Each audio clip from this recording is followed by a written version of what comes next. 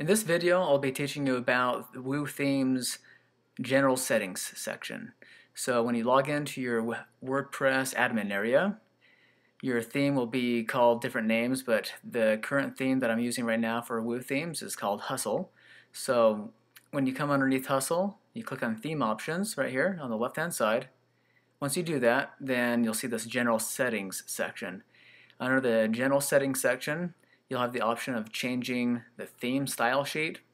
You'll notice that when I click on the drop-down box, I have a few different options of choosing different color styles.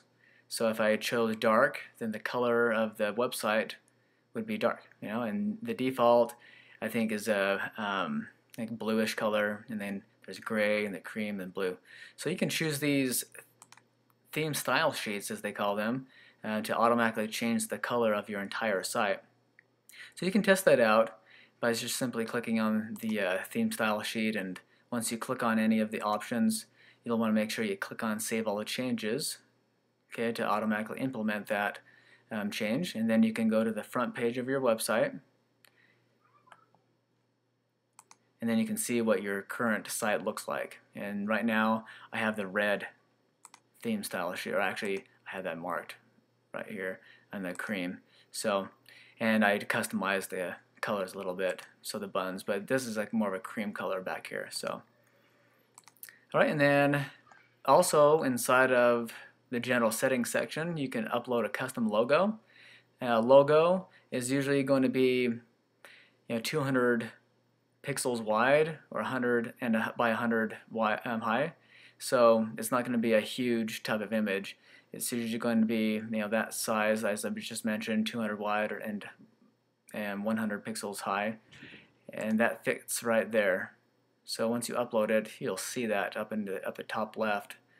That's normally the primary section of your site where that logo goes. So once you upload that logo, then you'll see that right here if you've uploaded it correctly. When you click on Upload, a box will pop up where you can upload a picture. Actually, it's going to be a logo picture from your computer, or you can upload it from your media library if you've already uploaded the picture. Okay, and then you can just click on Show.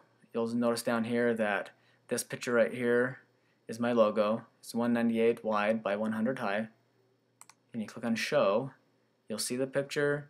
You'll scroll down a little bit, and you'll click on that button that says Use as Custom Logo. And once you do that, I'm not going to do it since I already did it, and then you'll see the picture, okay? And if you don't like it, you can always click on the little minus button right there to remove it, and then re-upload a new picture. Alright, now you don't have to use a logo if you don't have one. If you don't have a logo, you could choose the option of using the text title. And what that does is when you click that box, you'll have the option of taking the name of your website and customizing the text for it. And so instead of having the logo show right here, you would just have text show. And you can customize that text by clicking on that box and then coming down here and choosing the font style that you want and what style you want: thin, italicized, bold, italicized, so forth, along with the color. If you choose the color, you click on this little box right here, and you'll notice that the crosshair shows over the color box, and if you click on it, left click on it and move it around, these numbers right here changed because that's the hex color. And over here you'll notice this little tiny right box and the second one. So if this is the color that I wanted to select, you click on that and you let go of it, and you come down here to the bottom right and click on this little wheel to match these two colors. Okay, and so once you click on that little ball and match the two colors, that indicates that that's the color that would customize that text for you, okay, for your title. And the same thing goes for your site description. Okay, now the title and the description is found underneath your settings right here, under General. So we're going to go there real quick. Okay, under General Settings, you'll notice that the title right here, site title, and the tagline is right here, and you can change that to whatever you want it to be. So once you change this, or else whatever is there is going to be the text that you can customize. That's what you're customizing right here inside of the WooThemes General Settings section. Alright, so that's the text section. We're going to uncheck that since I already have a logo. The next area is the custom favicon. You can upload a favicon. What a favicon is, it's just this little picture right here up at the top of your browser for each tab. So you'll notice that my little logo shows here on the tab, and that just makes it easy for people to navigate through multiple websites if they have a lot of tabs open. And some websites don't have favicons, as you'll notice here. But if we were to go over to, say, WooThemes.com, you'll notice up at the top of their tab, once it loads, that there's going to be a little favicon, and they have a little tiny W in a box here. That's called a favicon. All right. Okay, so this section inside of WooThemes, for your custom favicon, you can also upload that little image, and it needs to be a 16 by 16 pixel image, and you can learn more about that by clicking on this little link. But it needs to be as a really small image, so make sure that it's the right size, and when you upload it, it'll automatically show. And the same thing goes for the logo. You can delete these images at any time. Now the very last section is the tracking code section, where you can go to Google Analytics. Google Analytics is a tracking system with Google that tracks all the people that come to your site and how long they spend on your site and so forth. So that's the code section where you would paste that code in. And once you paste the code, make sure you click on Save All Changes, and you're done. Alright, so that's the Quick Start section under General Settings. The next section is the Subscription Settings. This RSS URL, it says here, enter your preferred RSS URL, the feed burner or other. So by default, WordPress usually has a feed URL. That feed URL can usually be accessed by putting a / after your domain name and typing in feed. And if it's not accessible, see, mine does. So here's the feed for my website, and that's you just copy that feed URL and come over here to that section and paste it in right here. All right? And then click on Save All Changes. It'll say Options Updated. So it's pretty simple there. A feed is simply a kind of a techie type of term, but it tells the search engines what information is in your website. So it just makes it easy for search engines to go through your website and to be able to understand a little bit more about what's going on with your website. And it also helps people subscribe to your feed so they can automatically be updated with any of your with your latest and greatest blog posts. Alright, so you'll learn more about that in other tutorials.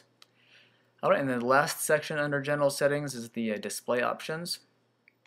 If you were working with a coder, or if you know how to code yourself and you know CSS styling code, then you can come in here and put that in. If you don't know anything about that, you can just skip that. It's not really too relevant if you're starting off brand new using WooThemes or WordPress.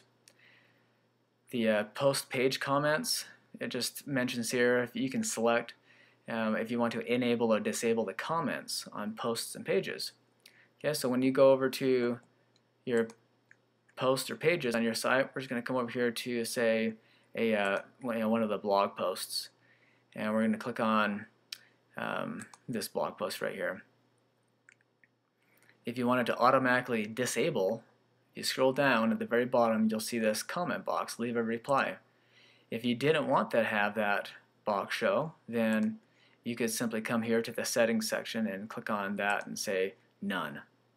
Or I only want to have comments show on my pages or posts, or both. Alright? The post content, you can select if you want to show the full content or the excerpts on posts. You'll notice here on the blog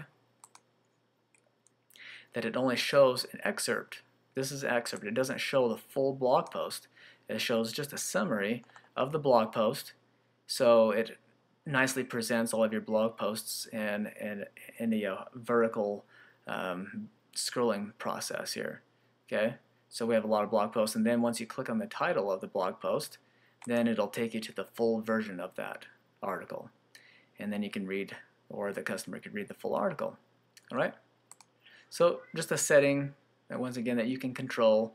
If you didn't want to have the excerpt show, then you can show the full content, right? Then the post author box, that's going to enable the, so you're the author of the article or the blog post that you wrote, and then it's going to show your picture, just your author box. Okay, and that's usually going to show down at the bottom, like right here. And I haven't uploaded a picture, but you could upload a picture and it would show there. And the display breadcrumbs, the breadcrumbs is a map, or basically a link map right here. So posted here, and you could it'll tell you where you're at. I'm sorry, not right there, but up at the top. So currently it tells you where you're at within the website. So if you clicked on one of the website pages or the blog posts and you didn't know where you came from or you wanted to go back, then the breadcrumbs show right here in a line. Okay? So if I disable that, then that wouldn't show. And then the pagination is simply a way of listing out the number of pages down the very bottom. So I don't have multiple pages right here, but if you wanted to go to the next page, then that's what the pagination is all about. So if we were to go to your shop, you'll see what pagination is. Down at the bottom, there's 1, 2, and the next page. That's what pagination is. It displays how many results per page, and then it takes you to the next page. Pagination. And the next page style, you can say next, previous, or numbers. I have the next and previous. And just like previously, you click on Save All Changes to save your work that you just made. And that's the end of this tutorial.